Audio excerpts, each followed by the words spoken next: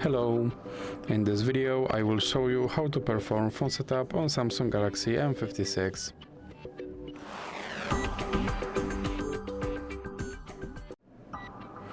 So you have to start by pressing on the start button.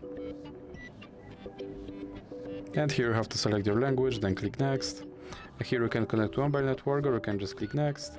And now you have to agree to this end user license agreement and then click next.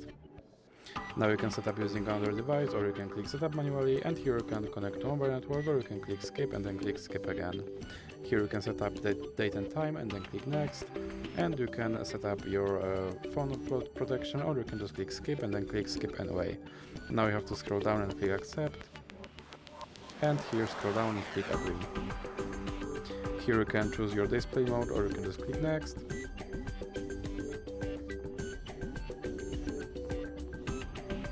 And then click home. And as you can see, my device is now set up. So that's it for this video. If you liked it, please remember to leave like and subscribe.